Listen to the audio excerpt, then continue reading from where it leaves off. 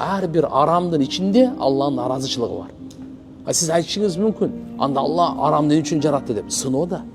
Алла адалды дагы, арамды дагы жаратты, сынаш үчүн. Татыктууну бейишке киргизсин, татыктууну тозокко киргизсин.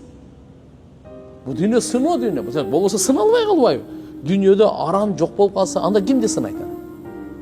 Сыноо качан болот? Качан адал дагы, арам дагы болсо.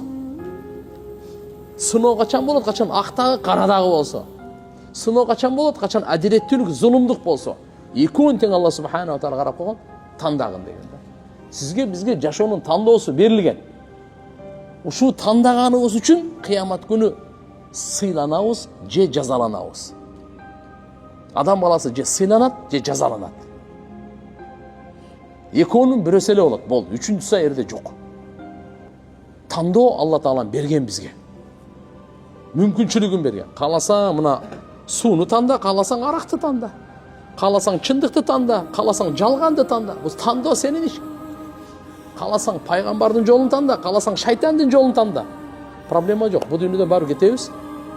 Мейли 100 жыл жаша, 200 жыл жаша, проблема жок. Бирок сен кайсы жолду тандадың? Ошого жараша түбөлүк сыйланасың же түбөлүк жазаланасың. Экөөнүн бирөө сөз.